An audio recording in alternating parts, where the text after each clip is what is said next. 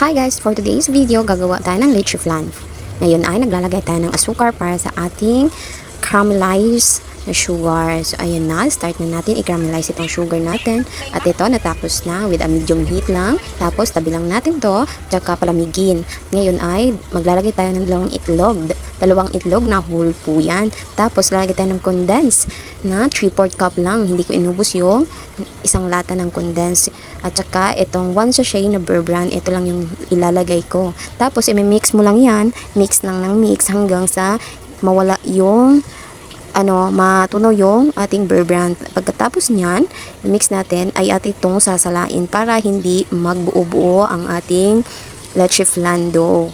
Ayan, na isasala natin ng kaisa at saka pangalawa para hindi talaga magbuo-buo at saka wala yung bubbles niya. Kaya para smooth ang ating leche flan mamaya pag maluto. Ayan.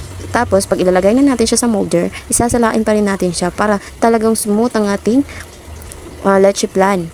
Pag maluto na, hindi wala siyang buo-buo. Kaya sala tayo niyan.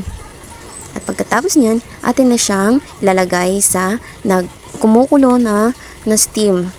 Nagpakulo na pala ako ng tubig sa ating steamer para diretso-diretso na yung ating paglalagay para hindi na yung bumagsak ang ating dough sa ating leche flan. So ayan na, nagantay lang tayo hanggang sa maluto siya.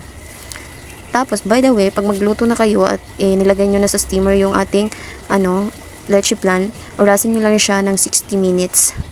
At pagkatapos, pag dumating na yung 60 minutes na inoras nyo, pwede nyo na rin siyang tignan at tusukin nyo ng toothpick kung may madadala pa ba. Kung wala na, malinis naman, pag inyong inangat na yung toothpick, pwede na yung inuna at palamigin at saka lagay sa lalagyan at ang tignan ang resulta. Eto na yun.